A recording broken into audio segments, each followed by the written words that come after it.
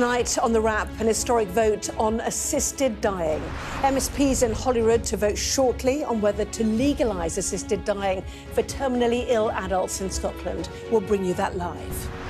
A blow for Donald Trump as his senior counter-terrorism official quits over the war in Iran, saying Tehran posed no imminent threat to the US and blaming pressure from Israel and its American lobby for starting the conflict. We report from inside a hospital in Tehran, overwhelmed with the injured, and hear from a mother demanding answers from Donald Trump. Why did this happen to us, to innocent people, my innocent 4-year-old girl? They've taken away our safety, our happiness, and the health of our children. A big mistake. Donald Trump criticises Sir Keir Starmer again over Britain's response to the Iran war. But a more appreciative Volodymyr Zelensky thanks the UK for its support and urges the world not to be distracted by Iran and forget the war in Ukraine. Also tonight, meningitis outbreak, a super spreader event, and reports of panic buying of vaccines as the Health Secretary says it's unprecedented. Well, we discuss the day's biggest stories with the Financial Times' Whitehall editor, Lucy Fisher, and the political commentator, Adam Bolton. Plus, a first look at the front pages of tomorrow's newspapers, including the Financial Times, which says the first cracks are showing in the Trump camp over the Iran war.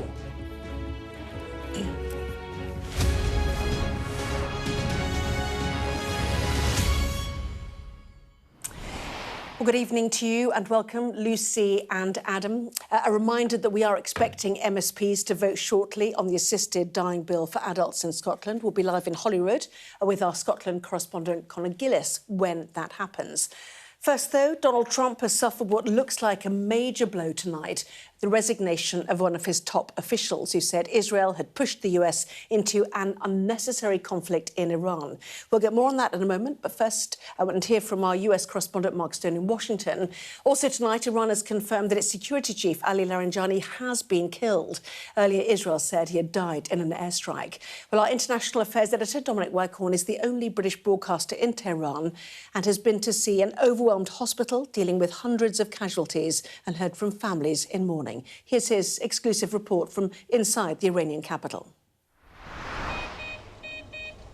4-year-old Anita was pulled out of the rubble last week after an airstrike destroyed her home. She's in a coma with severe head injuries. Her mother, Zibar, is in torment. Doctors say Anita is unlikely to survive.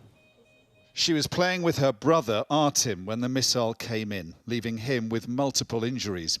It was terrifying, he says. We were on the stairs, me and my sister. Suddenly everything went black. I didn't understand what happened next. I didn't hear a sound, nothing. I thought I was dreaming.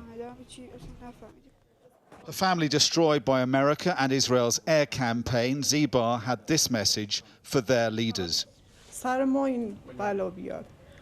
Why did this happen to us, to innocent people, my innocent 4-year-old girl who was only going downstairs to come to me? Why do it to ordinary people like us? We were sitting at home together. They've taken away our safety, our happiness, and the health of our children. It isn't hard to see why many civilians are being hurt when you come to places like this, where airstrikes are hitting targets in residential areas. The impact of the firepower unleashed here is hard to take in, and residents told us these were civilian apartment blocks. Local residents say a security organisation of some sort was based somewhere in all this. But I guess the point to make is that targeting that has ended up with pretty much an entire city block being devastated. The Iranians say 40 people died here. It's not clear how many of them were civilians and how many were members of that organisation. Sayed showed us the floor his 35-year-old daughter had been at home on when the airstrike destroyed the building. Another family torn apart by this war. Whoever has caused this, and it's 100% Trump and Netanyahu, I wish the same thing would happen to them. You have no idea what suffering I have been through for a week, day and night. We cross town after reports of more airstrikes. Nowhere is safe here, even in daylight in the centre of town. It's a pretty jittery mood here after these reports of Ali Larijani, the top security official, being assassinated, and the top paramilitary commander, but also the fact that there was an airstrike in this square this morning on security force vehicles right in the middle of the Iranian capital. We've got this sort of daily show of defiance, this parade with Iranian flags and chanting, but also today we've seen a lot more security on the streets, and Iranians are being urged not to come out tonight for the annual fireworks night ahead of Persian New Year at the end of the week, presumably because people, the fear is, could come out and there could be more unrest. This is the last time we saw Ali Larijani last Friday. His reported killing only escalates this war. It will almost certainly provoke a more hardline response from Iran. The conflict is deepening and more innocent civilians will, without doubt, pay the price. Dominic Waghorn, Sky News, Tehran.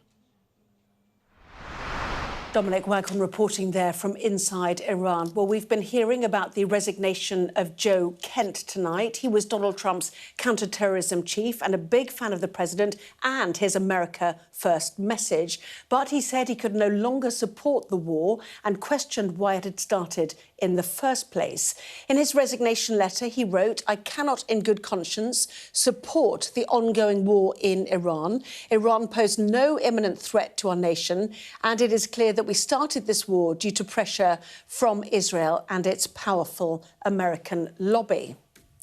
Well, let's bring in our US correspondent, Mark Stone. And Mark, I heard you earlier describing Joe Kent as a MAGA figure. So how significant is this resignation, both for the light that it shines on Trump's base and for the why and the when of how this conflict started in the first place?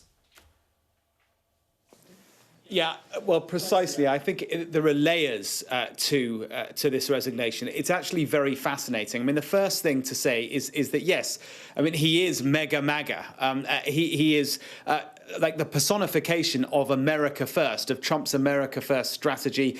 He was a soldier. He was in the CIA. He became very disillusioned with America's foreign, faraway wars and was wholly signed up to this America First, some might say America Only strategy. But the layers go kind of deeper as well. I mean, the most important line there, I think, is where he says Iran posed no imminent threat to our nation. I mean, for European countries, for the UK, who have said all along that they really worried about the legality of the war because they didn't see an imminence that the Americans were claiming. And we've seen that today with Jonathan Powell, who we now discover was in fact at the talks in Geneva and seemed to think they were going very, very well. So on one level, this kind of backs up what the Europeans have been saying all along. But what it also does is it shows that there are cracks within the MAGA base, but not just the MAGA base, but actually the MAGA figures who Trump surrounded himself with. It's fascinating. It's also absolutely true to say that he is clearly a figure, a person who was pretty anti-Israel. I mean, he has a lot to say. Some would call it anti-Semitic, the stuff that he has said in that letter.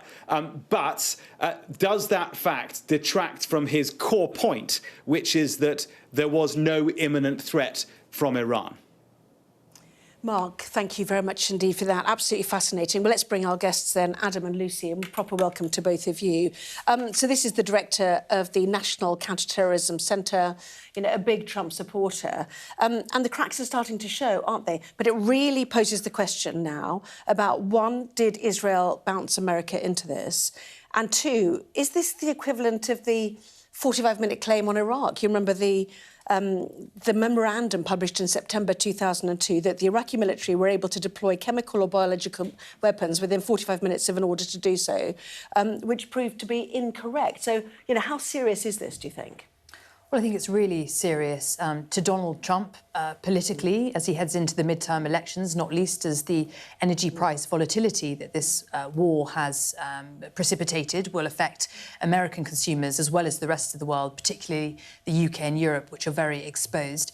And of course, you know, we're talking about war here, extraordinary level of loss of life and justifications that are now being openly questioned by people who were previously his close allies. So I think it's really damaging. And I'm struck that there's another story around today suggesting that Jonathan Powell, the UK National Security Advisor, was there in Geneva at talks at the last minute before the US and Israel struck, at which it appeared that the US and Iran were very close to striking a deal that Powell was said to have considered to be, you know, a good deal. So a lot of question marks about how this started. Yes, that's being reported in The Guardian. Adam, I'll get your thoughts in just a moment, but we need to go to Scotland now, live to Holyrood, where a key vote is taking place on Scotland's assisted dying legislation. So let's bring in our Scotland correspondent, Conor Gillis. There have been a number of votes.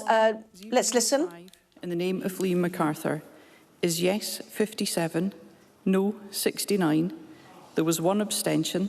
The motion is therefore not agreed, and the Assisted Dying Bill for Terminally Ill Adults Scotland Bill falls. That concludes decision time, and I close this meeting. Well, it was said to be too close to call, was it not? So let's bring in our Scotland correspondent, Conor Gillis. Well, you know, will that surprise people, do you think, Conor, that vote? Yeah, that will, and that draws to a close a very deeply personal debate that has been ongoing here in Scotland for the best part of a year, involving MSPs, campaign groups, people from across the country who clearly have had an opinion when it comes to whether Scotland should become the first nation in the UK to legalise assisted dying. And that was a pretty emphatic rejecting of that vote there. Yes, 57, no, 69. We were told it was going to be on a knife edge. We were told it was going to be too close to call, and in the end, the quiet majority came through and rejected this. This was Scotland's Parliament confronting one of the most profound moral questions it had ever faced. It was the most consequential vote that this Parliament has had to take. And MSPs are beginning to filter out just now here at Holyrood after taking part in what has been a marathon debate here in Scotland. This was being likened to, if it had gone ahead, the abolition of the death penalty, the legalisation of abortion. In the end, that didn't happen. Campaigners descending, making this the focal point of the debate. Supporters saying this was about choice, dignity, compassion. Critics saying this was dangerous. And in the end, MSPs sided ultimately with them. Let's see if we can see and speak to any politicians as they come out of this debate here this evening. This was going to be a pretty high bar for who would have qualified to meet the criteria here. They would have had to be a terminally ill adult with 6 months or less left to live, mentally capable of choosing. 2 doctors would have had to sign it off, and the patient must have had to self-administer the medication with the doctors not being able to help. But in the end, that is a debate that is now in the past. Scotland and the politicians of Scotland have roundly rejected that here in a major historic vote in Scotland this evening. Anna Sarwar, leader of Scottish Labour, can we just get your reaction to that vote there? Look, I didn't vote in favour of the legislation. I didn't feel as if there were adequate safeguards. I do have a fear around the risk of coercion. So I think the Parliament ultimately has made the right decision.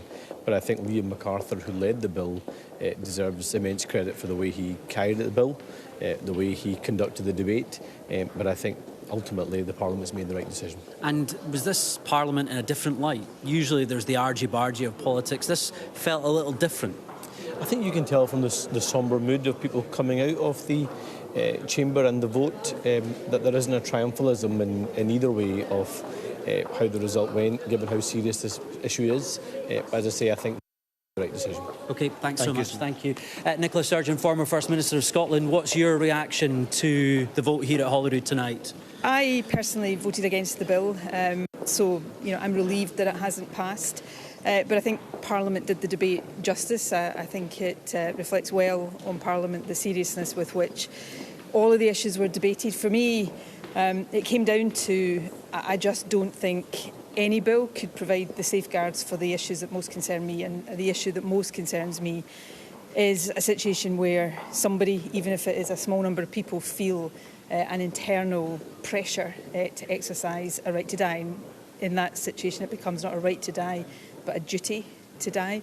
And that's a concern that I've tried to get over but wasn't able to. So I feel relieved, but I know there will be many people deeply disappointed at the result tonight as well. And I think this is an issue that everybody comes at in good faith. So this is an issue in which it is hard to feel any great jubilation, because it is very difficult for very many people. And one of your final votes as a serving politician as well. What does that say about taking part in this moment? I mean, this is one of the most difficult and, it was one of the potentially most consequential votes in my 27 years in this Parliament.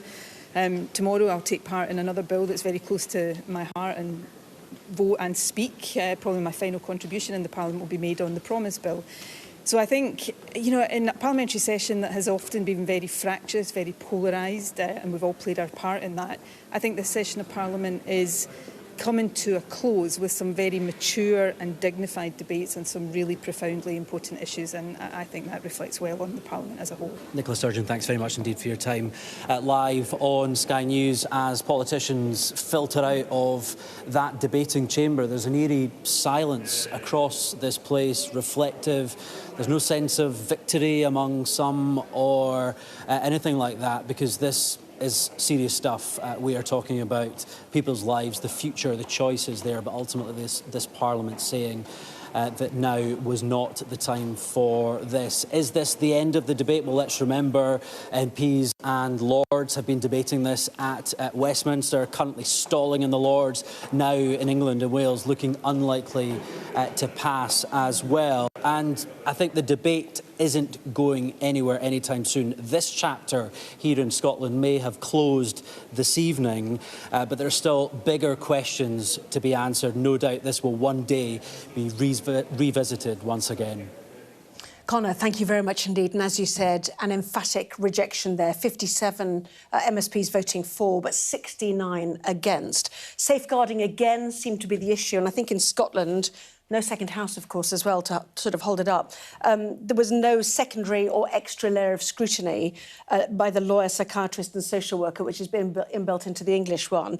And also specific employment protections for staff who didn't want to be involved were then removed because it was deemed that was a Westminster-specific power.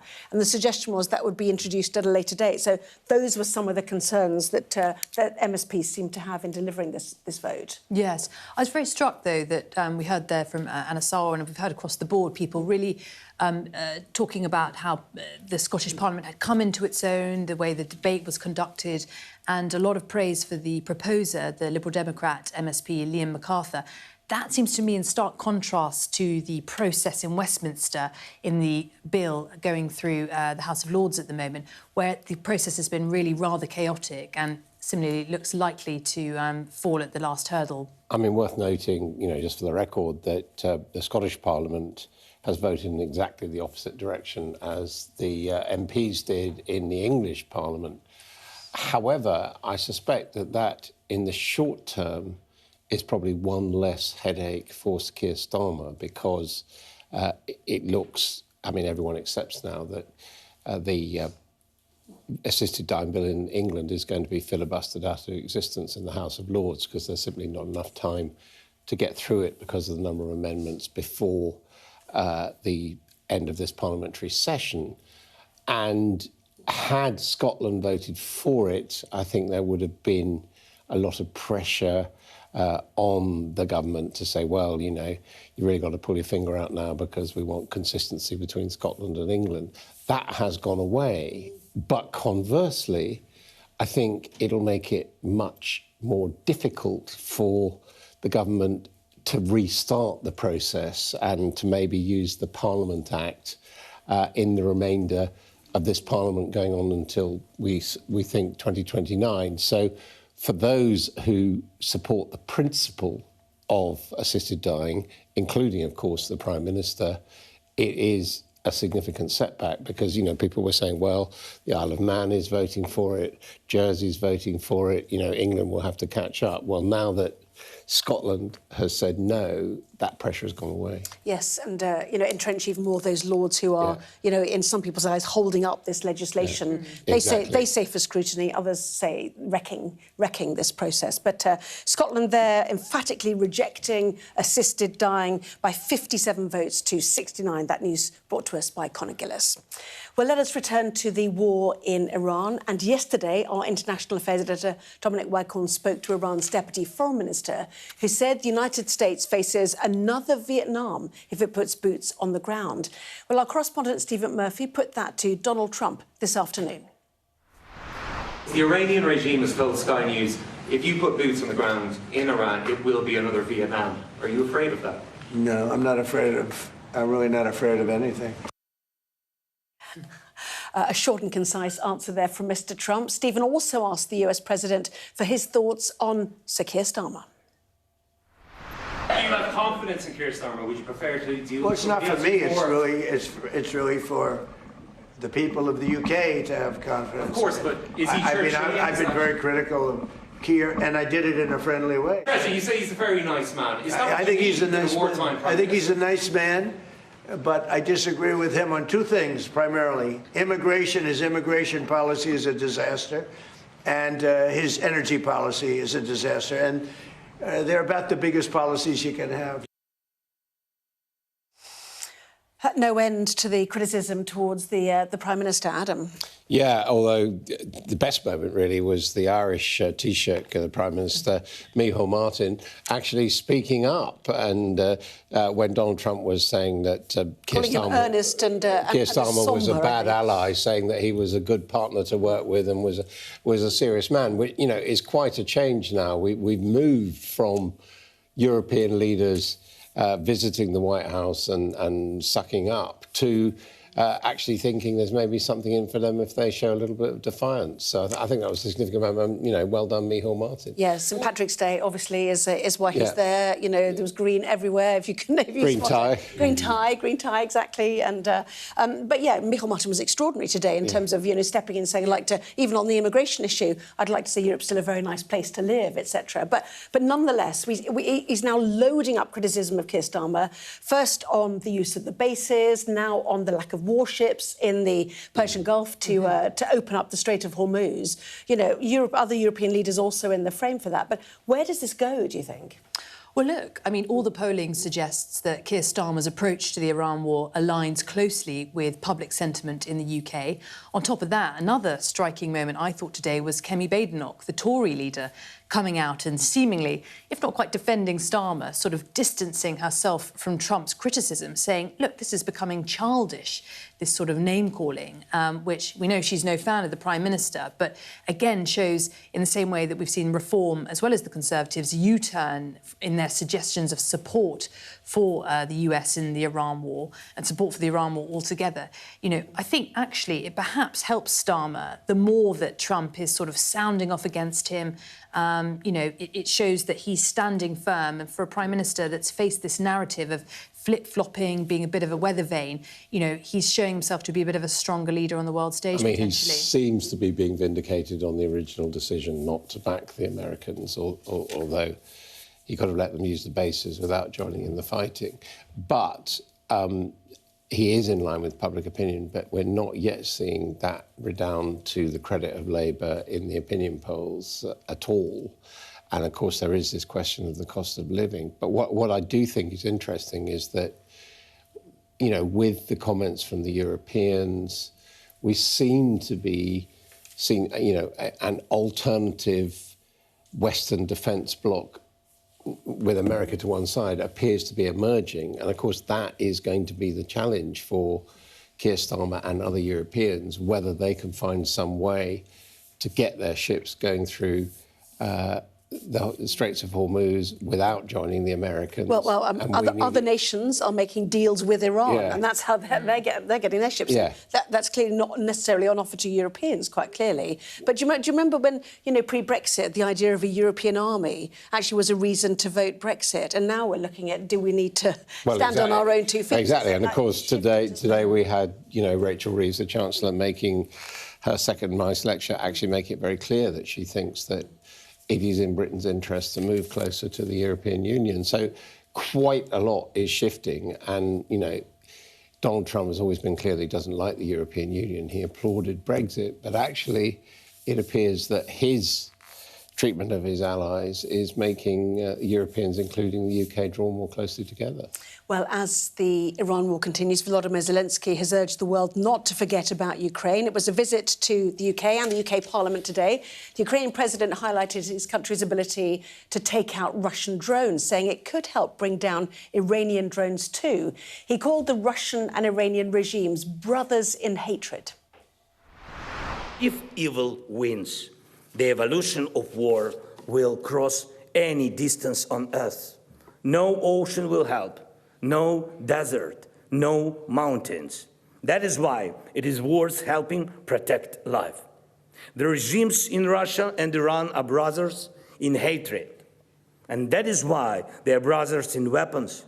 And we want regimes built on hatred to never win in anything. If the war has stopped Putin back in 2022, we would not be thinking today about how to defend against drone warfare. Without his war against Ukraine, the world might have avoided mass drone warfare, cheap and deadly, for many, many years. Yes, and the suggestion is he's helping, those nations in the Gulf who are trying to take down these drones and give them expertise. So building alliances, clearly, with those nations. But this is multifaceted, isn't it, for Ukraine? One, Donald Trump has lifted sanctions on the sale of Russian oil. The Shahed drones that Iran had been providing to Russia presumably aren't going, but so too the missiles that the West had been providing to Ukraine are also not going to Ukraine. So this definitely has a big impact on them. Well, that's absolutely right. As you say, lifting sanctions on some Russian oil by the US helps Russia fund its war against Ukraine, as well as the weapons being redirected, as you say, particularly the Patriot missiles, which have been diverted from going to Ukraine, or Ukraine's been asked to supply them to the Gulf because they're facing the same threat from the Shahed drones.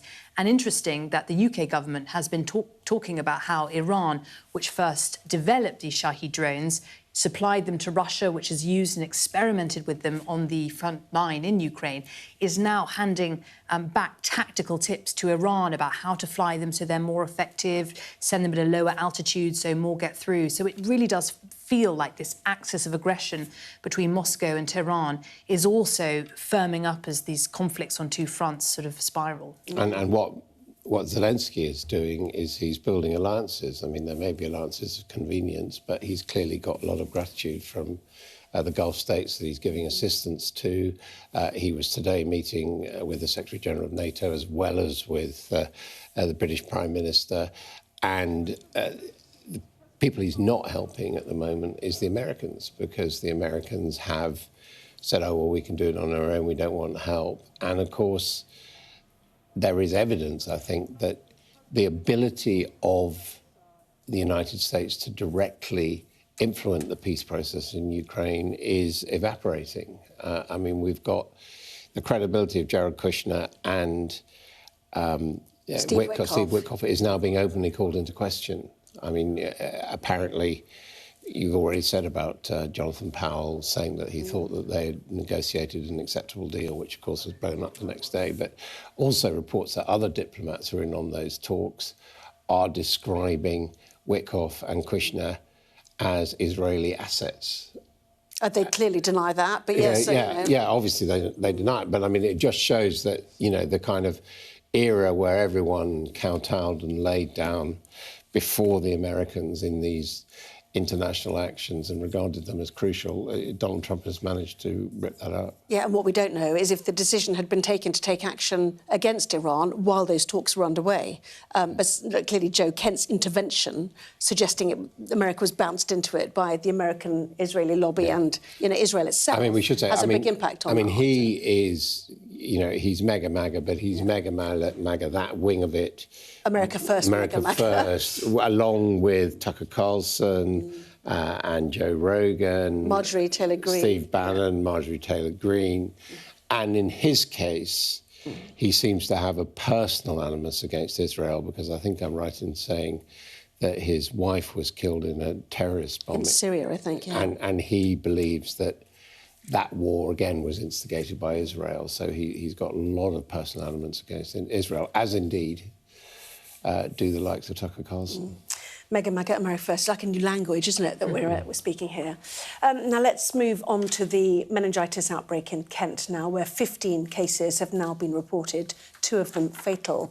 Students at the University of Kent in Canterbury are being vaccinated in a targeted programme as officials work to stem the spread of infection, with reports of panic buying of vaccines.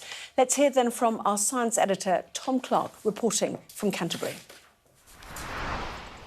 In response to one of the largest meningitis outbreaks in decades, students living here at the University of Kent will be offered the meningitis B vaccine to help reduce the risk of new cases. A vaccine that wasn't available to their age group before and comes too late for those who died or were left seriously ill. Kaylee Goodwin thinks her daughter Keely was one of several meningitis cases linked to club chemistry in Canterbury. She was at the nightclub last Thursday. 2 days later, she was rushed to hospital. She was delirious, she wasn't with it, she didn't know what was going on, didn't know how she got there. She was very, very, very sick. She's recovering now. She's still in isolation, but she is on a road to recovery. So, yeah, we can breathe again. You must be so relieved. Absolutely. I think it shouldn't have come to this. I think it should, as soon as they got that vaccine, it should have been offered to people who wasn't able to get that, without a doubt, literally without a doubt. It would have saved 2 people's lives at least. I honestly believe that.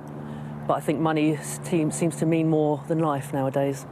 Sadly, the decision not to offer the meningitis B vaccine to teenagers and young adults comes down to cost effectiveness. The vaccine is expensive, and despite outbreaks affecting young people like those here at the University of Kent, it's still a rare illness. Babies are prioritised because they're far more at risk of severe disease. But in light of this, one of the largest outbreaks we've seen in decades, the Health Secretary has asked the committee that oversees vaccines in the UK to reconsider the cost-benefit analysis when it comes to meningitis B. One immediate concern is the availability of the Men B vaccine, now in short supply, especially locally, following a surge in demand for private prescriptions. So many people are panicking for their children about getting preventative medication, and it's just whole day long, every single minute we had a phone call. We did have some NHS 111 referrals as well. So since yesterday, I can say I have attended about 30 to 40 phone calls. Close contacts of cases and anyone who visited the nightclub are being offered antibiotics. Another strategy to lower the prevalence of bacteria behind the outbreak, reducing the risk of new meningitis cases. I was at the club the same night as one of the dates they said, and I went on the 5th, so I thought I'd better come down and just eliminate the risk, really. We all feel fine at the moment, but yeah, I thought it's better to be safe than sorry. I'm worried that stuff is going to shut down and it's sort of a bit of PTSD with the whole COVID thing, but I'm not super worried. I want to take a precaution. Compared to COVID, meningitis is much less infectious. According to the UKHSA, there's only a 1 in 300 chance a household contact of a case would become infected themselves, which is why disruptive steps like school closures or lockdowns aren't under consideration. But the Health Secretary was forced to respond to accusations the UKHSA was slow to respond to the outbreak.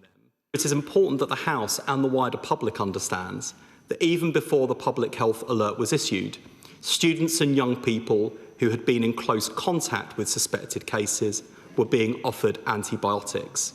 This is precisely what one would expect as a rapid response, and I'm confident UKHSA acted as quickly and as comprehensively as possible.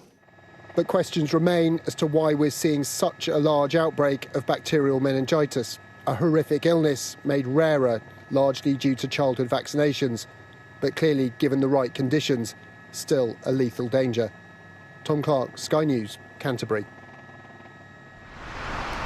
Well, certainly a number of the newspapers are leading on that meningitis outbreak, so let's take a look at them in full. There's the Daily Star to start with. It leads with that outbreak as health chiefs warn people to avoid kissing and sharing drinks to mitigate the spread of the disease. And on the front page of the Daily Mail as well, experts say the meningitis outbreak is the worst they have ever seen. Meantime, the Financial Times leads on the war in Iran, reporting cracks are beginning to emerge within the Trump administration over the conflict following the resignation of counter-terror chief Joe Kent.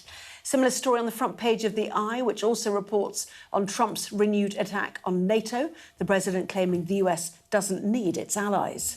The war also making the front page of The Guardian, which reports that Britain's national security advisor thought a nuclear deal with Iran was in reach just prior to the beginning of the conflict. Britain hit by Trumpflation, that is the splash for the Daily Mirror, which reports that households could be hit with a bill rise of up to £1,300 as a result of the conflict in the Middle East.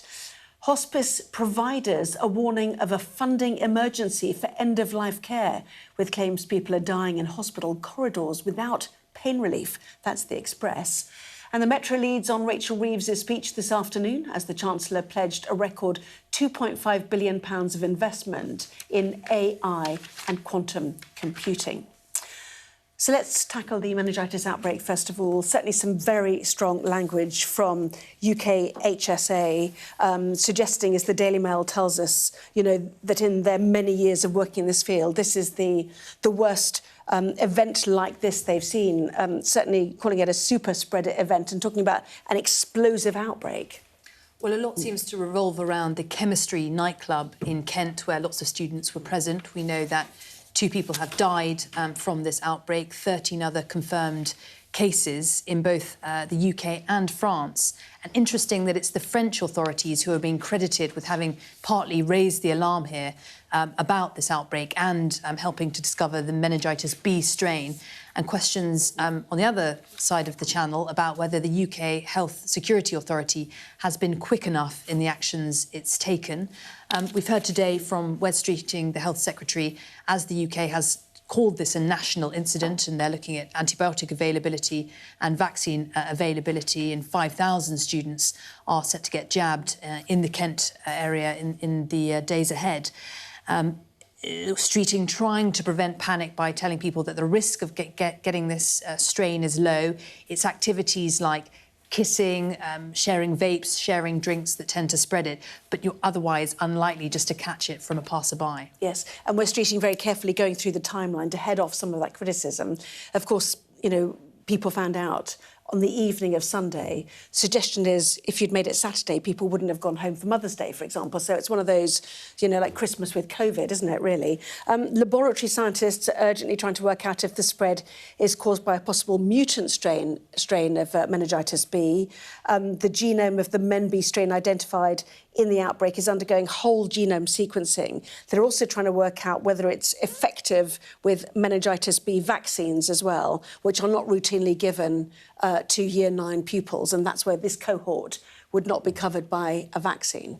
As I understand it, and I'm not a doctor, but I think this particular disease is particularly virulent amongst children and young people. So it's, if you like, the inverse of COVID. And, that's why there's so much concern about students and people wanting to be vaccinated. But again, as we saw with COVID, the scientists are racing to identify it so that they can come up with countermeasures which are actually going to work. I mean, I have heard scientists, basically saying that the people queuing up to get antibiotics, which quite rightly they've been given, but it's all a bit performative as far as if they are infected, it's going to be too late. Yes, I mean, I suppose the good news is, even though it's a more serious version of meningitis, this is bacterial and therefore antibiotics work, which they don't against viruses, for example. And we don't know the circumstances, but the good news is they're now, I think, more than a dozen people in hospital, but the death toll has not gone up from the original 2 as yet. Although the Daily Mail does report that a baby is now fighting for her life in hospital after becoming unwell on March the 4th, just days before a cluster of meningitis cases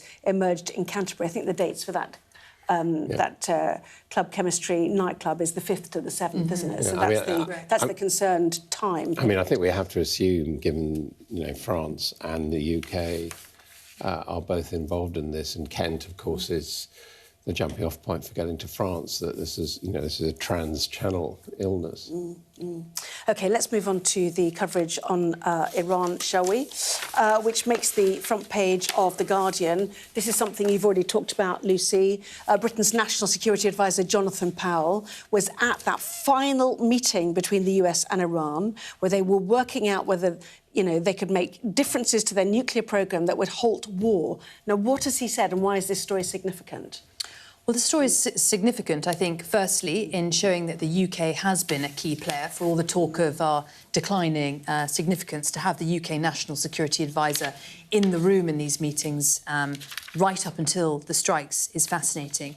And what The Guardian's suggesting, which is that Powell considered that Iran had actually moved quite a distance and made an offer that he is said to have found surprising to a degree that he felt this was a deal that, would potentially keep conflict off the table, is the suggestion in the story. And yet, in the following days, the US and Israeli strikes began. So tying in with the other story we've been talking about tonight, which is Joe Kent, the counter-terror chief in the US, quitting and calling into question the justification for this conflict and the bombing campaign. I think it's interesting, the story in The Guardian, absolutely suggesting, while Trump has said there was an immediate threat to the US, Joe Kent's saying that wasn't the case. And the story in The Guardian also suggesting that Powell thought there was progress towards a deal on Iran's nuclear programme that made that decision by the US to go in surprising. Yes, go on, Adam. It's interesting that number 10 made it quite clear that the subsequent comments about Witkoff and Kushner were not made by Jonathan Powell, but by another diplomat, which kind of indirectly stands up the account that he really thought there was a sensible peace deal on offer, which, for whatever reason, Donald Trump's orders blew up. Yeah. And also having a bit of fun, I should say, on the front of The Guardian, about Nigel Farage. They've gone into 4,000 paid-for cameo videos, which basically you pay a sum of money to Nigel Farage and he will read out anything. And I mean, I think we've all seen spoof ones with him reading about, people with funny names and all that kind of stuff. But The Guardian saying he's also backed rioters and read out far-right slogans and video clips. But he's also said, happy birthday, Mum, to people he's never met. Yeah. The paper does say, the Reform leader says he has made clear his opposition to extremism as a counter to all of that as well. Financial Times then, Trump camp shows its first cracks over Iran war as counter-terror chief quits, suggesting again there was no imminent threat. The problem with this, I suppose, is, what was the reason they went to war in the first place? That was one part of it. Clearly sinking, Iran's navy, getting rid of the launchers for missiles and getting rid of the launchers for drones, regime change we heard on the first day as well, was all part of it as well, wasn't it? Well, we've already heard Marco Rubio, the US Secretary of State, suggest that the US was slightly bounced into it because Israel made clear they were going to go and the US didn't want to be left behind. Trump then walked back that suggestion, perhaps because it's slightly embarrassing, the idea that Washington was sort of dragged into... Rubio also walked it back the next day as well. You're right. But the administration walked back that suggestion. Also, very important this, because while Donald Trump doesn't tend to give too much grist to international law, without any suggestion that there was an immediate threat to American interests in life, within the bounds of the UN Charter, this would be an illegal conflict to make the initial strike. So quite an important intervention from Joe Kent on that front, as well as this being, opening the gate potentially for further defections. We're now on day 18 of this war. In some ways, it's striking that, this is the first person to defect from the US administration over the conflict. Well, will we see more coming forward? Far be it for me to take exception with the headlines in Lucy's paper, but first cracks, I mean, where's J.D. Vance? We haven't really seen him for... Well, he was there today in the Oval Office with Micheál Martin. Saying nothing. It was what he was asked one question, but anyway, yeah, carry on. I mean, he clearly has signalled, I think, that he is more sympathetic to MAGA. But, I mean, the thing about Trump is you know, dreadful as he is, he does make you laugh. I mean, his reaction to Joe Kent, head of counterintelligence, resigning and saying he was very weak on security. You know, I never rated him. Trump's pick for security. Yeah, exactly. I never rated him, and he didn't think Iran was a threat, you know. And you can produce posts on Truth Social praising Joe Kent and saying what a great and brilliant man Trump was in order to hire him in the first place. Yeah. In the meantime, you talked about Micheál Martin coming out in support of Keir Starmer today. The Metro is almost suggesting that Kemi Badenoch has done the same, calling this spat childish as she defends the Prime Minister. Well, interesting that, isn't it? She likes to dig the boot in, and it'll be interesting to see at Prime Minister's questions tomorrow whether she approaches this issue. But clearly she thinks it's in her interest to distance herself from the US president, whose activities are increasingly unpopular with the British public. And it's something we've seen the Reform Party do as well, you know, after initially signalling that the UK should be foursquare with its US ally, you know, acting in this war in the Middle East. You know, the two right-wing parties have really rowed back from that in recent weeks, and this seems to be the latest step by Badenoch to distance herself. I think this is clearly a political case of what the late former editor of The Sun, Kelvin Mackenzie, called a reverse ferret. Kemi Badenoch has been reversing her ferret over this, I think largely because she's seen that the war does not appear to be breaking in America's favour as far as there being an obvious victory and an overflow, and also that, therefore, rightly or wrongly, from her perspective, Keir Starmer is enjoying some credit for not joining the Americans, so she's repositioning herself, frankly. Just going to show you two other newspapers we're going to talk about, running out of time at the moment, but one is Trumpflation, suggesting households now face a $1,300 bill rise shock. It's in our screen behind us if you have a look at that. Donald Trump's war, they say, in Iran was last night predicted to send prices spiralling here in Britain. So £1,300 a year added to British households. And then the other one is what was mentioned in that discussion in the Oval Office with Micheál Martin, question about Cuba, and obviously suggesting that they were sponsored by Venezuela. They're no longer getting their money from Venezuela, and freedom will be coming to Cuba very soon. So where else is in their sights? But we wanted to go to Banksy. I think nationwide power cuts in Cuba because they're not getting the energy. They're not getting the energy, yeah, although we have been talking in this country about whether we need to have oil rationing as well. But Trump and Rubio have both talked about taking over Cuba or sorting out the Cuba issue. Marco Rubio, you know, very keen on that as a Cuban heritage. Banksy has been unmasked. He's always been unmasked. Well, he's always been unmasked. Anyway, he's been unmasked properly this time. Anyway, so who is he? His name is... We think, Robert Gunningham of Bristol. But interestingly, it suggests that fans don't want his identity to come out. He's sort of... The mystique was part of the appeal. But as Adam alludes to, I think his name was already doing the rounds, certainly in lovey art circles, but I think it wasn't too much of a mystery for those who wanted to find out who he was. Yeah, and it was all because of a New York police record back in the year 2000.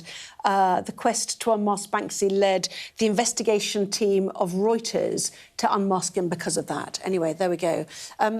Adam, we're out of time. We're still reading it, but don't look away. We should have done a look away now if you didn't want him unmasked. Now then, could it be you, the search for a winning lottery ticket holder who runs the risk of missing out on more than £10 million? Where did they buy the ticket? Back in a moment.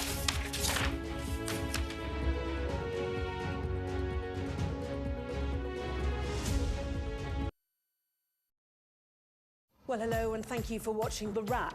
Every night of the week, we will be joined by the very best commentators to explain the how and the why. This cannot stand. Stupid thing to do. He did know what he was doing. You can expect more analysis. This is going to get deeper. I think it's going to end up with Russia. Is war inevitable? What he's interested in is a deal. That doesn't rule out strikes. I disagree. And laughs along the way.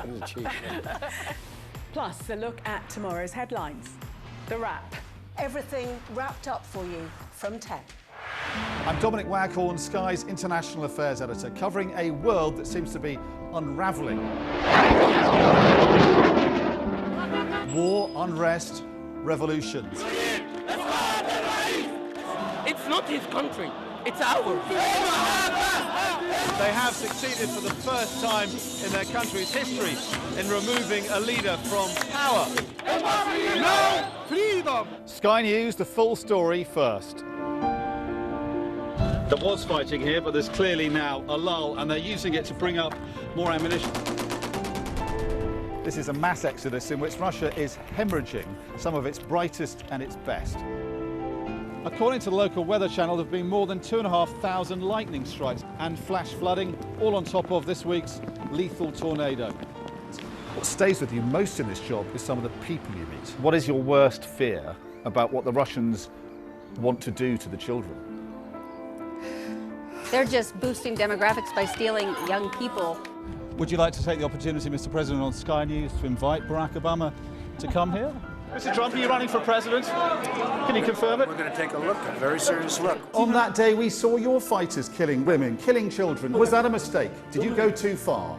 You couldn't control your fighters? The full force of the state is being used to crush any protest. Free wherever you get your news. It's half an hour now past the deadline that Hamas issued, and we've now seen a third barrage of rockets coming in. Another alarm. The mood here is jittery and nervous.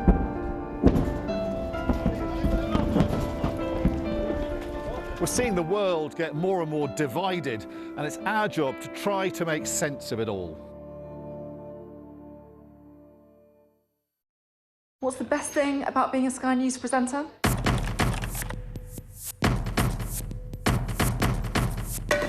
We've done the work and the reading, so you don't have to. Being a Sky News presenter. Hello and welcome. Westminster, the heart of British politics. I'm so sorry about what happened to you. So what on earth is going on? It's not true. Can I tell you what I think? It's really unusual. Mornings with Richard and Frost. Let's crack on. Let's get started. What's the best thing about being a Sky News journalist? Who's funnier? Being a Sky News journalist. A special edition of The World with me, Yalda Hakim. Pakistan had the right to respond. You're like, what? A historic day here today. Congratulations, this is a huge moment. But what happens now? Now then, could it be you? The countdown is on for the winner of a £10.6 million lottery jackpot to claim their prize before time runs out. One ticket holder, critically, we know where you bought the ticket, from Bexley in South East London, matched all 6 winning numbers back in October, but their luck could change because they only have until April the 2nd to come forward. The deadline is the 2nd of April. So we're asking the people of Bexley to check their tickets, check in drawers and cupboards. If you know people who are lotto players, ask them to check their tickets as well. You know, Lotto is the nation's millionaire maker, so we want nothing more than to unite our lucky winner with their life-changing prize. Ticket's long gone, don't you think? It's gone to the laundrette. It's gone to the laundrette. It's in the pocket. Yeah, and I mean, you could lose it anywhere. Well, you could in my house anyway, but... Do you remember there was this story before? I think it was Worcester that they eventually found a ticket that had sort of been to the laundrette and they put it back together again. And I think someone had also faked one as well, with you know, sort of rubbed off a number on another ticket and tried to claim it. Yeah. So it's a bit of an old chestnut for lotteries, this one. Well, I wouldn't say it's completely an old chestnut. It can't happen that often. I mean, but 10.6 million is it's worth fighting for, isn't it? The interesting thing is that I think that someone last week in the UK won £165 million, and we have no idea who they are. Yeah. They're very good at keeping it secret. Yes, well, they are, until they start spending a lot of money. But anyway, so where would people look? That's the point, isn't it? It could be under any sort of paperwork, couldn't it, this lottery ticket? Well, how many people have got a lottery ticket from last October? I mean, no, I think it's gone, yeah. It's more commonly crypto accounts people lose the passwords to now, isn't it? And there have been good stories about people Guy who lost his hard drive in landfill was trying to get together a fund to go and search the local landfill site to try and find it. If you do it online, they tell you anyway. They're always telling me I won £3.20. I know, £2.30 for that 100 and whatever it was last week. Yeah, I had the same. Anyway, you get excited for a minute and then it fades. Anyway, good luck, Bexley, whoever you are. We wish you all the best trying to find that ticket. Let's check out the weather now. You're looking happy. Well, the forecast looks good. So you've sorted the travel insurance then? All Clear Travel Insurance sponsors Sky News Weather. So high pressure will dominate our weather over the next few days, bringing warm, settled days, but also some chilly nights with mist and fog. Overnight, rural parts of England, Wales and northern Scotland are likely to see temperatures fall low enough for a touch of frost in places. Ireland and southern Scotland will remain cloudy with some patchy outbreaks of drizzle. Early mist and fog will clear to sunny skies across the southern half of the UK tomorrow, with temperatures rising to the mid-teens Celsius for most of us. Sheltered western parts will see the highest temperatures, with values heading towards 20 degrees Celsius. Winds will be light for most, but it will become breezy in the southwest.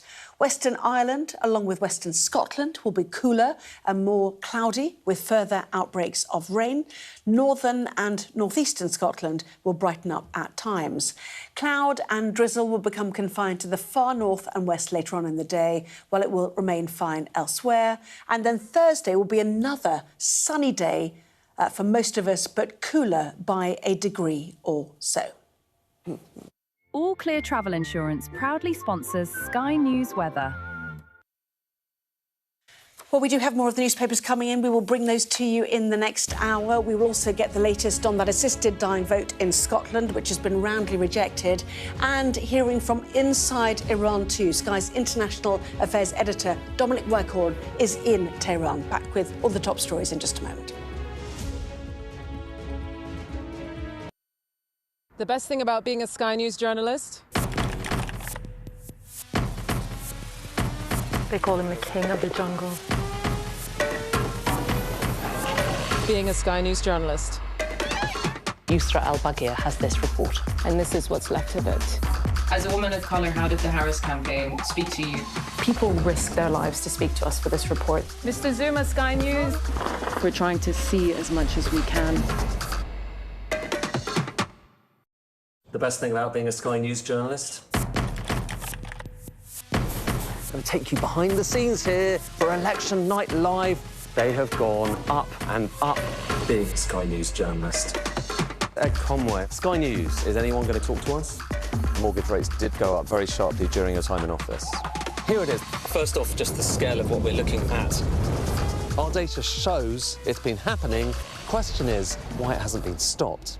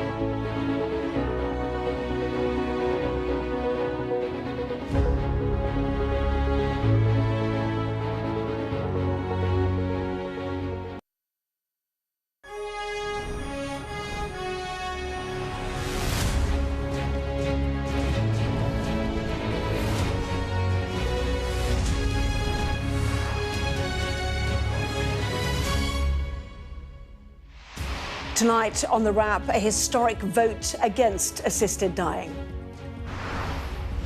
The assisted dying bill for terminally ill adults Scotland bill falls. MSP's vote against legalising assisted dying for terminally ill adults in Scotland. A blow for Donald Trump as one of his top team quits over the war in Iran, saying Tehran posed no imminent threat to the US and blaming pressure from Israel and its American lobby for starting the conflict. We report from inside a hospital in Tehran, overwhelmed with the injured, and hear from a mother demanding answers from Donald Trump. Why did this happen to us, to innocent people, my innocent 4-year-old girl? They've taken away our safety, our happiness, and the health of our children. A big mistake. Donald Trump criticises Sir Keir Starmer again over Britain's response to the Iran war. Also tonight, meningitis outbreak, a super spreader event, and reports of panic buying of vaccines as the Health Secretary says it's unprecedented. But we discuss the day's biggest stories with the Financial Times' Whitehall editor, Lucy Fisher, and the political commentator, Adam Bolton. Plus a first look at the front pages of tomorrow's newspapers, including the Financial Times, which says that the first cracks are showing in the Trump camp over the Iran war.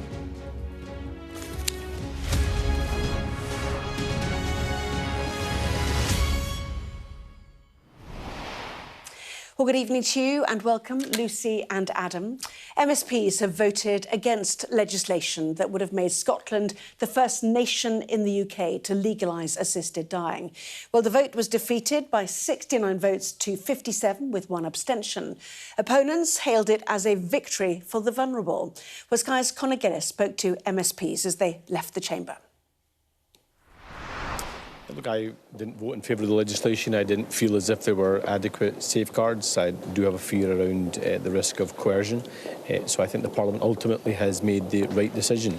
But I think Liam MacArthur, who led the bill, deserves immense credit for the way he carried the bill, the way he conducted the debate. But I think ultimately the Parliament's made the right decision.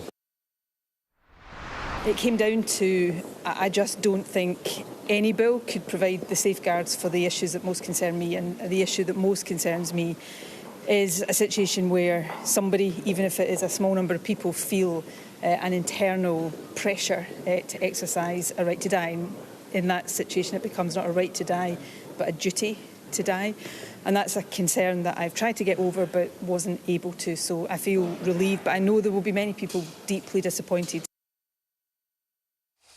Anna Sarwar and Nicola Sturgeon both voting against, down to safeguarding again, isn't it, I suppose? It's, you know, there's critical differences with how Scotland were going to do it to England, but your thoughts?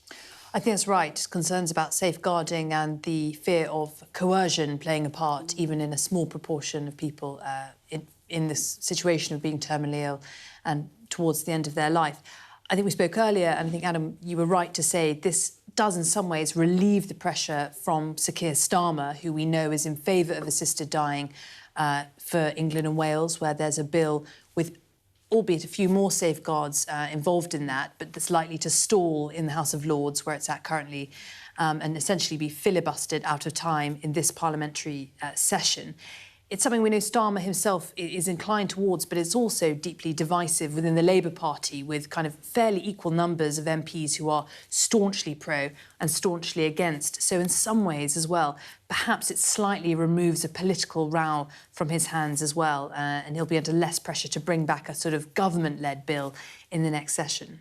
Yeah, I agree. I think it makes it less likely that we're going to see in this Parliament assisted dying introduced in England and Wales, simply because, you know, this is a clear decision in Scotland, and going against it would, you know, raise constitutional issues to a certain extent, although, of course, it is a dissolved matter. So it makes it less likely. But nonetheless, the reality is that assisted dying is a reality in a large number of, you know, European countries, America, and also within Jersey and the Isle of Man. So it's not an issue that's going to go away. Interestingly, I think in Scotland they don't have that extra layer of scrutiny which has been put into the England bill. So that is checks by a lawyer, psychiatrist and social worker. And also they were urging specific employment protections for staff who didn't want to be involved in this. And that was removed because that was deemed to be a Westminster-specific power and not for a devolved government. The idea was that that would then get reinserted back into the bill before it actually came into action, but clearly that's concerned people. You heard Nicola Sturgeon, saying it ceases to be a right to die, it becomes a duty to die if vulnerable people feel it is expected of them, and that's an interesting, phraseology for that concern. Well, that's right, and interesting to hear some in Scotland say that with the elections in Holyrood coming up and the expectation that, for example, there will be a reform bloc joining the Scottish Parliament who may be more socially conservative on questions like assisted dying, that the likelihood of this coming back within the next 5 to 10 years feels unlikely north of the border. And I think, whatever you think about assisted dying, I do think it's commendable that both Westminster and Holyrood haven't just stampeded and saying, well, it's happening elsewhere, we're going to make it happen. I think it's good that it's getting this kind of detailed consideration. Detailed scrutiny, certainly from some in the House of Lords, you might argue. That I'm not so keen on. I'm not sure, whatever you think about it, I'm not sure it's the role of the House of Commons to filibuster. Or the House of Lords to filibuster, filibuster the House of Commons. No upper chamber in Scotland, of course, which is maybe why they had the vote in the first place. But, we'll keep an eye on what happens in the House of Lords, certainly. But let us move on to Iran now, and Donald Trump suffering what looks like a major blow today, the resignation of one of his top officials who said Israel had pushed the US into an unnecessary conflict in Iran. Well, also tonight, Iran has confirmed that its security chief, Ali Larijani, has been killed. Earlier, Israel had said that he died in an airstrike overnight. Well, our international affairs editor, Dominic Waghorn, is the only British broadcaster in Tehran and has visited a hospital overwhelmed with dealing with hundreds of casualties and heard from families in mourning. Here is his report from inside the Iranian capital. 4-year-old Anita was pulled out of the rubble last week after an airstrike destroyed her home. She's in a coma with severe head injuries. Her mother, Zibar, is in torment. Doctors say Anita is unlikely to survive. She was playing with her brother, Artem, when the missile came in, leaving him with multiple injuries. It was terrifying, he says. We were on the stairs, me and my sister. Suddenly everything went black. I didn't understand what happened next. I didn't hear a sound, nothing. I thought I was dreaming. A family destroyed by America and Israel's air campaign, Zibar had this message for their leaders. Why did this happen to us, to innocent people, my innocent 4-year-old girl who was only going downstairs to come to me? Why do it to ordinary people like us? We were sitting at home together. They've taken away our safety, our happiness and the health of our children. It isn't hard to see why many civilians are being hurt when you come to places like this, where airstrikes are hitting targets in residential areas. The impact of the firepower unleashed here is hard to take in, and residents told us these were civilian apartment blocks. Local residents say a security organisation of some sort was based somewhere in all this. But I guess the point to make is that targeting that has ended up with pretty much an entire city block being devastated. The Iranians say 40 people died here. It's not clear how many of them were civilians and how many were members of that organisation. Sayed showed us the floor his 35-year-old daughter had been at home on when the airstrike destroyed the building. Another family torn apart by this war. Whoever has caused this, and it's 100% Trump and Netanyahu. I wish the same thing would happen to them. You have no idea what suffering I have been through for a week, day and night.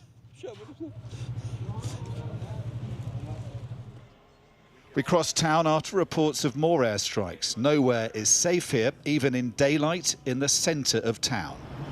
It's a pretty jittery mood here after these reports of Ali Larijani, the top security official, being assassinated, and a top paramilitary commander, but also the fact that there was an airstrike in this square this morning on security force vehicles right in the middle of the Iranian capital. We've got this sort of daily show of defiance, this parade with Iranian flags and chanting, but also today we've seen a lot more security on the streets, and Iranians are being urged not to come out tonight for the annual fireworks night ahead of Persian New Year at the end of the week, presumably because people, the fear is, could come out and there could be more unrest. This is the last time we saw Ali Larijani last Friday. His reported killing only escalates this war. It will almost certainly provoke a more hardline response from Iran. The conflict is deepening and more innocent civilians will, without doubt, pay the price. Dominic Waghorn, Sky News, Tehran. Well, we saw pictures there of Dr. Ali Larijani, who's been confirmed as being killed tonight. Netanyahu describing him as the head of the gang of gangsters that run Iran, the de facto leader. Some suggested, though, that he might have been an off-ramp for Trump, and actually that, you know, Israel is choosing to carry on with regime change, even if that is no longer a stated aim of the Americans. Yeah, I mean, he was seen as a possible person the Americans to negotiate, but as Donald Trump has remarked before, one way or another, they seem to be eliminating the people who could possibly negotiate. And, you know, it's worth bearing in mind that we still have not had any proof that Ayatollah Khomeini II is alive. Yeah, exactly, Moshtaba. Also dead, the head of the Basij, which is the sort of the militia wing of the IRGC, and Donald Trump making very clear that Gholam Reza Soleimani, who was killed in a separate strike, was the man who decided to kill, you know, the Iranians. So effectively, you know, that was his promise to the Iranian people. We're going after those people. And I mean, it is worth saying it is unusual in conflicts like this for the political leaders to be killed, you know, to be targeted by the other side. I mean, in you know, traditional battle, since the Middle Ages when it happened, you know, you could see the general on the hill, Wellington could see Napoleon, but, you know, wouldn't let his troops take a shot at him, whereas now Israel and the US are behaving in a different way. And, of course, Iran has responded and said, well, in that case, Donald Trump's a legitimate target. So, you know, it's very personal. Yeah, but as Israel did both in Gaza and also in Lebanon, going after the Hezbollah figures. So this is the same playbook, is it not? But Larijani was one of those who had been active in the negotiations between the Americans and the Iranians, and they've killed somebody they might have had to negotiate with. Yes, that's right. You know, a real linchpin of Iranian politics. The head of the National Security Council. And as you say, you know, someone they had been negotiating with, deemed a pragmatist, known as a sort of fixer with the West. And therefore, whatever they thought of him, a known quantity, whoever comes next, replacing him in that role, might be, you know, someone who's less known to the West and therefore more difficult to deal with. And indeed, Larijani was someone who eventually got the 2015 nuclear deal off the ground after a lot of stalling, admittedly, but helped to kind of tee that up when the sanctions really started to bite Iran at that juncture. So this could be seen potentially as we go forward as a bit of a misstep. I mean, Israel now still saying that regime change is one of their war aims, whereas the Americans have backed away from this. That the other war aim which the Americans still seem to have is disarming Iran, but the only way it seems that they can do that is by having some kind of ground troop raid to actually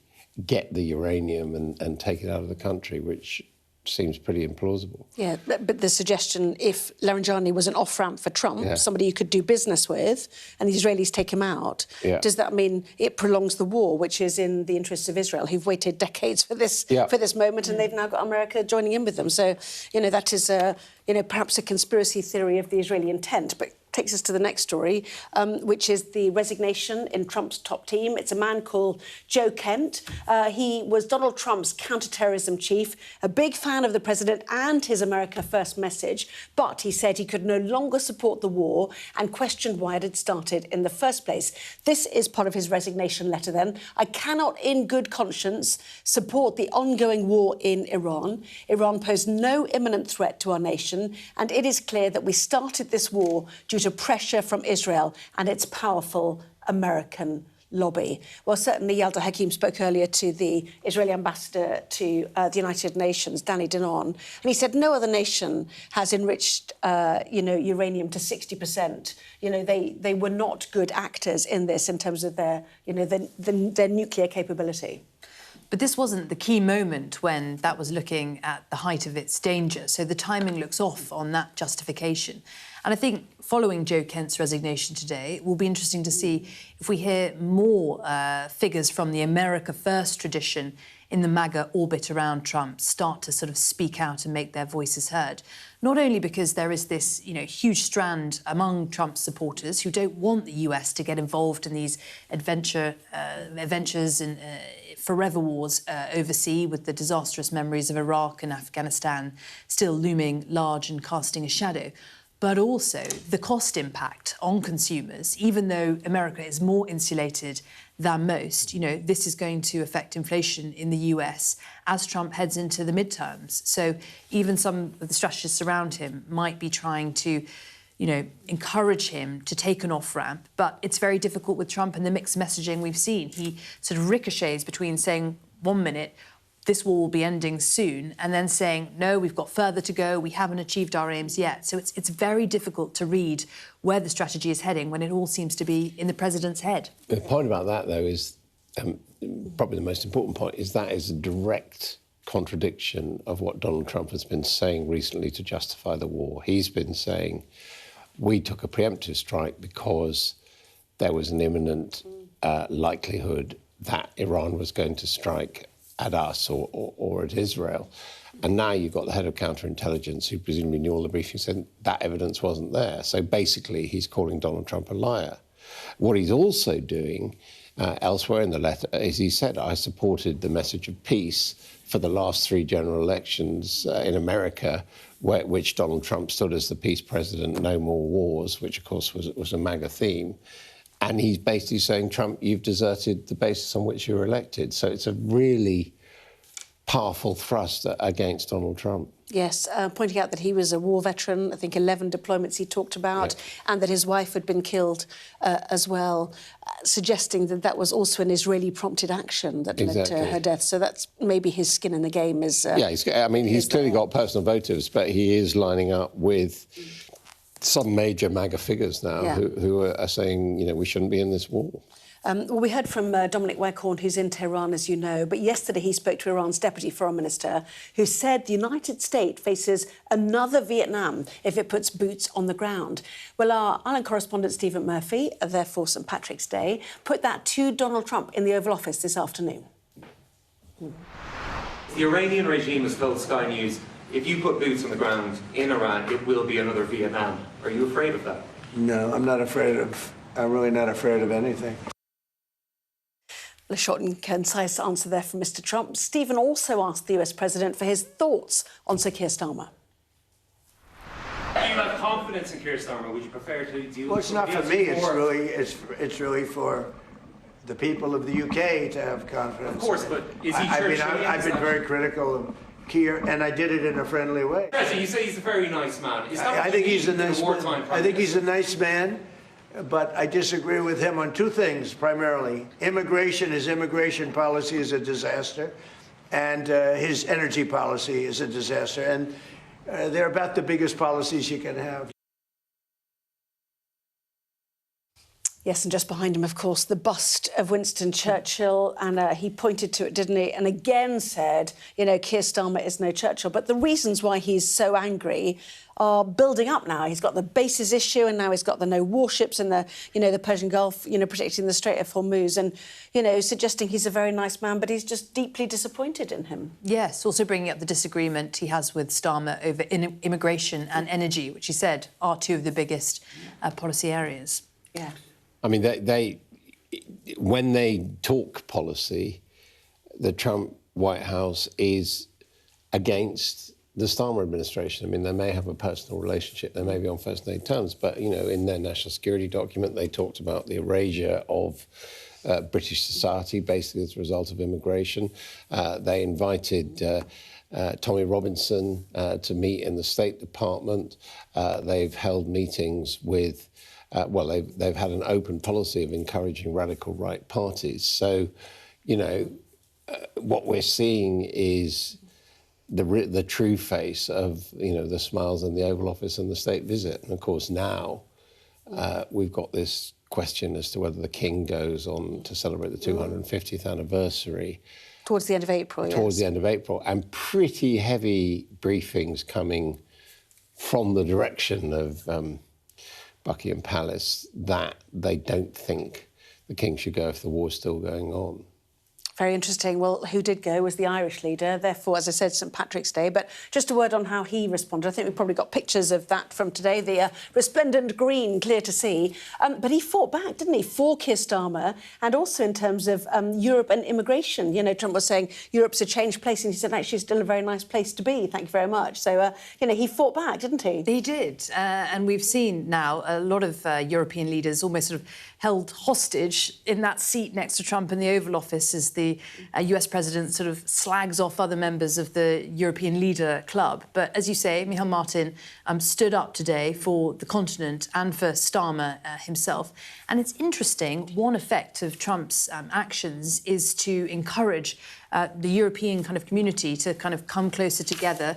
Some of the antipathy between London and the rest of the EU capitals appears to have dissipated. And again, we heard Rachel Reeves today talk in her May's lecture about wanting to get unashamedly closer to the EU, talking about dynamic alignment with EU rules. So there is one silver lining, perhaps, to Trump's sort of potshots at Europe, which is sort of causing Europe and the UK to come closer together again. And also, it's a bit of a dividend because, you know, one of the things that particularly with Hilary Benn, the Northern Ireland Secretary, this government has made great efforts to kind of rebuild... That's where he's pointing to the bust of Winston Churchill, by the way. Anyway, do carry on. To rebuild bridges with the Irish. And, of course, there was a summit meeting on Friday with Michal Martin and Keir Starmer. Fair to say Rishi Sunak tried it as well, but his immediate predecessors, Boris Johnson and Liz Truss, have done quite a lot of damage to that relationship. Yes, I think he likes the Irish leader. You know, you know how he responds like the Finnish leader as well. He really likes him because they golf together. But there's certain people he just clearly golf, you can see that they golf. I mean, exactly. I love watching the interactions between this St Patrick's Day at the White House is quite extraordinary because, you know, they invite all the political leaders from Northern Ireland and Southern Ireland.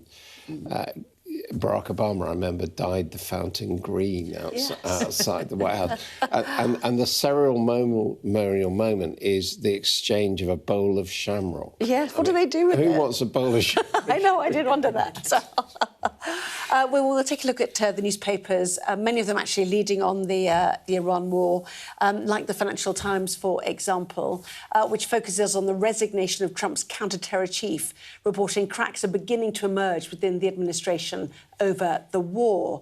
Well, meanwhile, The Guardian reports sources close to Britain's national security advisor, Jonathan Powell, claiming a nuclear deal with Iran was within reach before the war broke out. We will discuss those after the break. And we'll hear from the mother of a victim of the meningitis outbreak in Canterbury.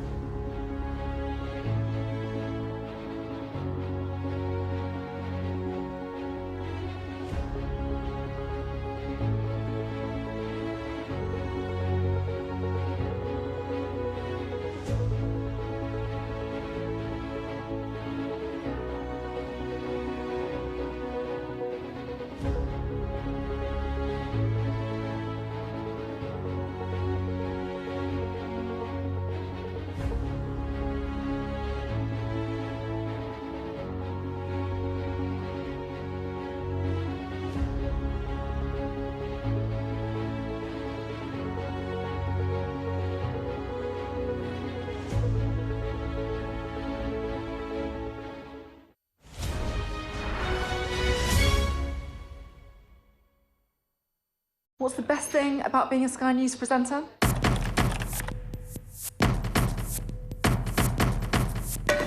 We've done the work and the reading, so you don't have to. Being a Sky News presenter.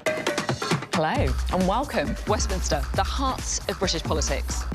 I'm so sorry about what happened to you. So what on earth is going on? It's not true. Can I tell you what I think? It's really unusual. Mornings with Richard and Frost. Let's crack on. Let's get started. What's the best thing about being a Sky News journalist?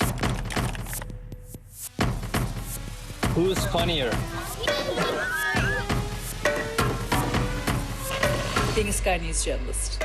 A special edition of The World with me, Yalda Hakim. Pakistan has the right to respond. You're like, what? A historic day here today.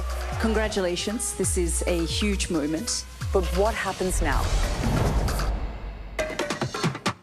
The best thing about being a Sky News journalist? They call him the king of the jungle. Being a Sky News journalist. Yusra Al-Baghir has this report, and this is what's left of it. As a woman of colour, how did the Harris campaign speak to you? People risk their lives to speak to us for this report. Mr. Zuma, Sky News. We're trying to see as much as we can. Well, let's move on to the meningitis outbreak in Kent now, where 15 cases have now been reported, 2 of them fatal. Students at the University of Kent in Canterbury are to be vaccinated in a targeted programme as officials work to stem the spread of infection, with reports of panic buying of vaccines. Well, our science editor, Tom Clark, spoke to Kelly Goodwin, whose daughter contracted the disease. She didn't know what was going on, didn't know how she got there. She was very, very, very sick. She's recovering now. She's still in isolation, but she is on a road to recovery. So, yeah, we can breathe again. You must be so relieved. Absolutely. I think it shouldn't have come to this. I think it should, as soon as they got that vaccine, it should have been offered to people who wasn't able to get that, without a doubt, literally without a doubt. It would have saved 2 people's lives at least. I honestly believe that. But I think money seems to mean more than life nowadays. Well, the Health Secretary, Wes Streeting, told MPs earlier that the outbreak is unprecedented. It's a fast-moving situation. It's too early to say what we'll see in terms of the numbers of people affected and the severity of the impact. But what we've already seen in recent days, in terms of the pace and the extent of the spread of this disease, is unprecedented. The UK Health Security Agency has responded fast in terms of contact tracing, making sure that those who've come into contact with people suspected of being infected, offering antibiotics, which are extremely effective in these cases, has been commendable. Yes, and certainly the UK HSA, Health Security Agency, and indeed the Deputy Chief Medical Officer have been really outspoken about this. The UK HSA Chief Executive, Susan Hopkins, saying, "I can say that in my 35 years working in medicine, and I think probably any of us have seen for meningitis a very long time, it remains an outbreak that is having its consequences in Kent. It is obviously of national significance and declared a national incident now as well." Well, that's right, and that partly affects the government reviewing antibiotic and vaccination availability. We know that 5,000 students are due to be jabbed in coming days in Kent, but this is spread wider now. You know, there are at least 1 case in London, case in France. It is firmly an illness that is taking root beyond the sort of origin point. A lot of the cases we know appear to have been spread at the chemistry nightclub that's favoured by students at Canterbury University. But I think, you know, members, officials of the UK HSA are rushing to try and pinpoint the contacts of all those who have been diagnosed so far, because obviously this is such a deadly disease, can spread easily, although Streeting has tried to calm any panic by assuring people it's activities like kissing, like sharing vapes or drinks that can spread it. It's not just being sort of in close standing distance with a person. Yeah, I mean, that's exactly the point. I mean, no one's talking about this being a COVID-style pandemic. although it is something that I think particularly infects young people, children, and young teenagers. And The Sun has gone, for the human angle, talking about a young lady called Annabelle at Kent University, in fact, in the Kent lacrosse team. That's the picture of her with the Kent lacrosse team, who was blinded for 2 days by meningitis B, and now apparently can't walk. But I suppose the good news is that she's on the road to recovery. Yes, indeed so. Around 5,000 students in university halls in Kent are to be offered the meningitis B vaccine in coming days. But they're actually trying to work out if the Men B vaccine, as it's known, will actually help in this incident, because lab scientists urgently working to see if this is caused by a possible mutant strain of meningitis B, a whole genome sequencing underway, and whether there's, something different about this strain of it, because the Susan Hopkins it says it is the explosive nature that is unprecedented here, the number of cases in such a short space of time. Suspected case in London, case in France, it seems as well, which helped to indicate that this was a super spreader event, again, quoting Susan Hopkins with that terminology. So, it's the containment of this, isn't it, and urging people to take those antibiotics if they've had contact. It is certainly leading a number of the newspapers there. You've mentioned The Sun already, Adam. Let's take a look at more of the newspapers then, shall we? Starting, in fact, with the Financial Times as we pivot back to the war in Iran. It is reporting that cracks are beginning to emerge within the Trump administration over the conflict following the resignation of counter-terror chief Joe Kent. Similar story for the front page of The Eye, which also reports on Trump's renewed attack on NATO, the president claiming the US does not need its allies.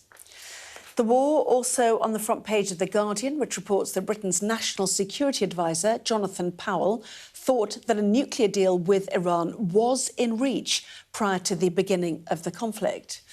Britain hit by Trumpflation, that is the splash on the front page of The Mirror, which reports that households could be hit with a bill rise of up to £1,300 as a result of the conflict in the Middle East.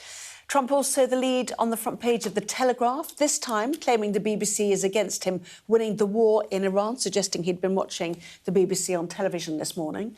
The Star leads with the meningitis outbreak as health chiefs warn people to avoid kissing and sharing drinks to mitigate the spread of the deadly disease.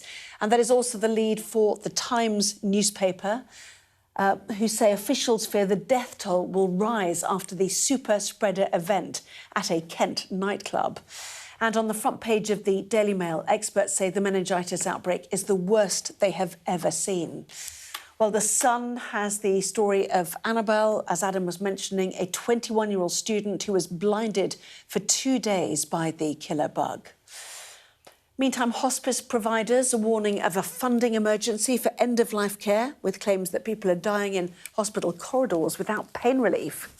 The Metro leads on Rachel Reeves' speech this afternoon as the Chancellor pledged a record £2.5 billion of investment in AI and quantum computing.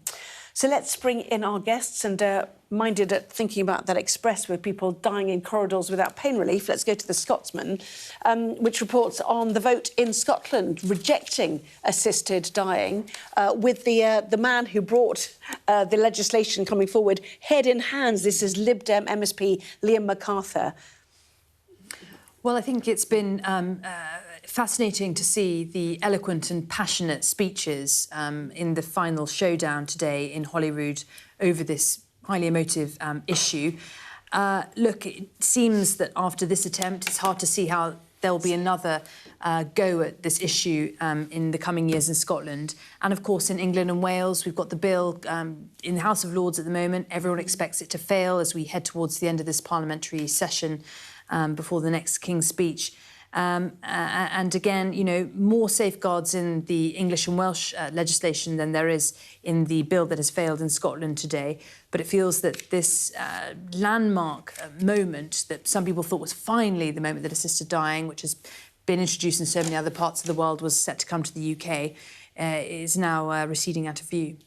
Very interesting seeing the leaders of the Scottish Labour Party and Nicola Sturgeon, former leader of the SNP, coming out and saying flatly they voted against it and explaining why.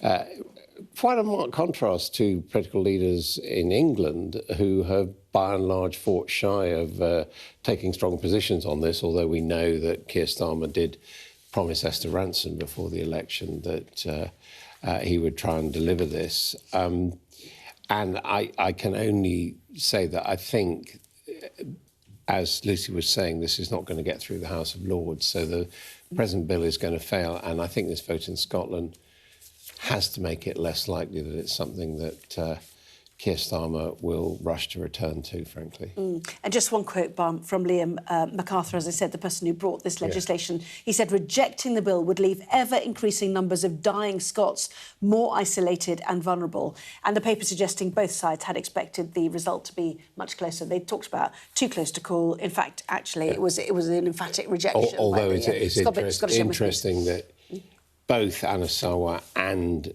Nicola Sturgeon were saying that they were worried about the vulnerability of dying Scots and possible coercion to end their lives for the convenience of others. Yeah, a duty to die is how Nicola Sturgeon put it, instead of a right to die. Fascinating story in the front page of The Guardian for multiple reasons.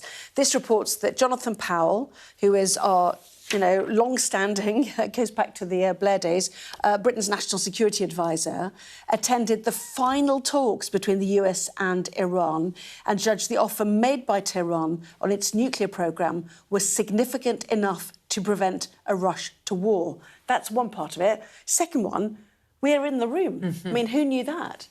Well, it's quite the turn-up for the books, isn't it, at a time when the UK's come under criticism for allowing its defences to become depleted and being accused of not showing up for allies like Cyprus, and a lot of discussion about the UK's declining influence on the world stage, that Jonathan Powell was in the room and indeed, judged this to be a very significant breakthrough, that Tehran seemed to have come some distance towards making an offer that he felt was, significant. And therefore, it sounds like he was very surprised that immediately after this latest round of talks in Geneva, that the US and Israel went ahead with this bombing campaign over that weekend at the end of February and kicked off the war that we're now in the 18th day of. I think there has to be a question whether Jonathan Powell's going to be asked back again by the Trump administration. I mean, he is a very experienced diplomat. I don't believe this story has come out by accident, and it is, of course, something which effectively supports Keir Starmer's position and undermines, to a certain extent, Donald Trump's position. So I think, one can see this as National Security Advisor, in a sense, taking sides on this question. I think it underlines just how effective from here on in, the Kushner team are going to be and Steve Witkoff team are going to be in bringing about peace in this area. Jonathan Powell, of course, very experienced peacemaker, famed for his role in the Good Friday Agreement, and has subsequently, after leaving government under Tony Blair, been involved in a lot of peace negotiations. Yeah, we've taken the live picture of Beirut because it's slightly faded now, actually, but smoke rising once again there. Reuters reporting there is once again a heavy Israeli bombardment in Beirut. Clearly, there have been high numbers of casualties there. They are continuing what they did before, which is taking out Hezbollah leaders. Hezbollah, obviously, the much accused proxy of Iran, as they would say, and known for firing rockets into northern Israel as well. So once again, Beirut under attack. But you suggesting, Adam, that Jonathan Powell's eyewitness view undermines the case for war. So too, if we look at the Financial Times, does Joe Kent, the counter-terror chief, who has come out today suggesting that the Israelis bounced America into it. Exactly, and this is the argument at the heart of the administration at the moment. I mean, you were saying earlier on, a bit like the argument over the justifications for the invasion of Iraq in 2003. We've now got, an argument raging in America, both why did you start this war, and two, how are you going to end it? Not comfortable for Donald Trump, who likes things to be very short-lived and cut and dried. Yes, let's just show the Financial Times, shall we? And the picture is an Israeli artillery unit firing towards Lebanon. So, you know, we're seeing Lebanon, Beirut under attack again, and there is Israeli artillery firing in towards southern Lebanon. So Beirut and southern parts of Lebanon both under attack by the Israelis. In the meantime, the concerns continue about the economic impact of this. The Mirror talking, or putting a figure on it, I suppose, calling it Trumpflation, suggesting it's, it's a good deal of money for people in the UK. Yes, the Mirror suggesting that household bills could rise by £1,300, an enormous spike in the cost of living pressures already facing British households. And of course, that's why this is such a nightmare scenario for Starmer, even though he seems to have landed on the right side of public opinion, at least on the question of whether to enter the war with the US and Israel in Iran. The UK will nonetheless be affected by it because we are so vulnerable to volatile global energy price spirals like this. And it's been interesting to see how, in the UK political spectrum, the parties have come down on opposite sides of the debate. Labour saying, well, this is why we are pressing ahead with trying to bolster renewables, green energy, so we are not so dependent on fossil fuel prices and oil and gas that we have to import. While the right-wing parties, Conservatives and Reform, saying, no, this is why we should be expanding the licences for North Sea drilling and extraction of our own resources at a time when energy is becoming so expensive. I mean, the Mirror, of course, a Labour supporting paper, and if the worst happens economically and the British public is persuaded to blame it on Donald Trump, that would be a significant win for Sir Keir Starmer and Labour, because the evidence tends to be if things go bad economically, whoever's fault it is, the government in power gets the blame, as indeed Donald Trump may in the United States. But whether people will forgive Rachel Reeves and Keir Starmer, I think, is an open question. Yeah, I'm looking at the National Grid Live energy mix right now, actually. 50.4% renewables as we speak, so there we go. The wind's blowing. We need a windy night. 11.3% on fossil fuels, which is gas, basically, yes, which often we would get from the Qataris via their LNG plant, which is currently closed, is it not? So we get it from Norway now, don't we? Norway, yes, and that's what Trump says about the oil as well, doesn't it? That we buy it from them. But Ed Miliband firmly suggesting that we sell to the open market, therefore we wouldn't benefit from it directly. That's his argument about the North Sea oil. Just those pictures you showed of Beirut, it's interesting now. You know, people will remember from what they heard about the Second World War, the idea of blackouts when bombing's going on, and the ARP wardens going out. But we see it in Tehran, we've seen it in Beirut. People don't turn out the lights anymore. I mean, I guess that's because most of the targeting is automated, and it's not, having to be used by observers and spotters to decide where they're going to drop the bombs. That's a very interesting observation that I hadn't considered, yes. The idea of precision, yeah. Although, clearly you take out a Hezbollah person in a block of flats and the civilians, do not survive the attack. Or Laranjani, you can actually target individuals, whereas before it was, bombing was different. And of course, the other thing about it was that it entailed much greater risk for bombers and pilots who had to fly over to drop the bombs. Now they're mainly coming in by missiles. Let's see how the newspapers are just reacting to the meningitis outbreak in Kent, shall we? The Times reminds us that this fatal meningitis outbreak has now been declared a national incident. Lucy? Yes, well, we know 2 people have been confirmed as having died from this strain, a further 13 in hospital, including a baby in hospital severely ill. And yes, Wes Streeting saying that the disease could spread through prolonged kissing, sharing vapes and drinks, but the risk to the general public is low. But we've seen those footage of people rushing to kind of go out and buy antibiotics, the sense of panic spreading.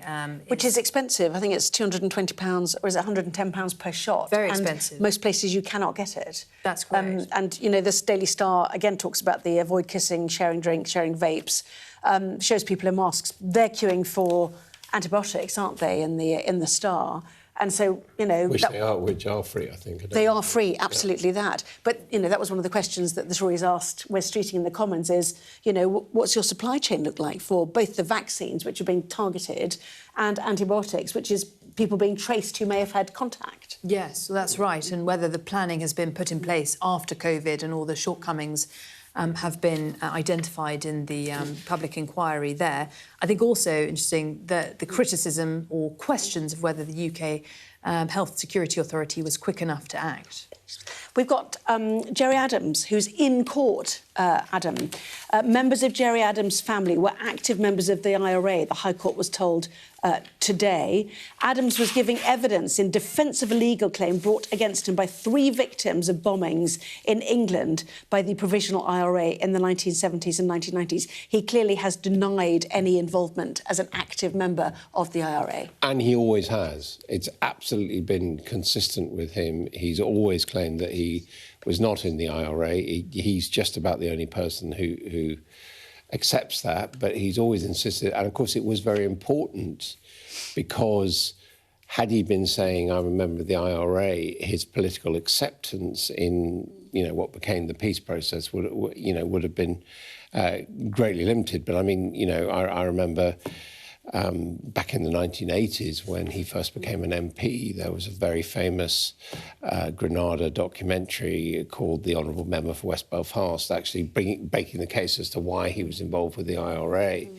And John Ware, who made that documentary, here we are, more than 40 years later, again, giving written evidence to the court today, saying, you know, we've always known he's a member of the IRA, but he is determined to stand by it. And of course, he did receive some compensation recently, which has annoyed a lot of the family. It's one of the reasons why they're putting this civil case forward. Very interesting. Yes, I think he wished the judge happy St Patrick's Day when he got in, actually. There's so many other stories I want to talk about. I don't actually know. I need to check that fact. I know there's one story I want to talk about, which is Angela Rayner has said Labour is running out of time to change course in a direct challenge to Keir Starmer. We've run out of time to talk about that. It's on the front page of the Telegraph. But with a lot of thanks from us. Thank you, Lucy, and thank you, Adam. She's on manoeuvres. I know. Well, another good read has to be said.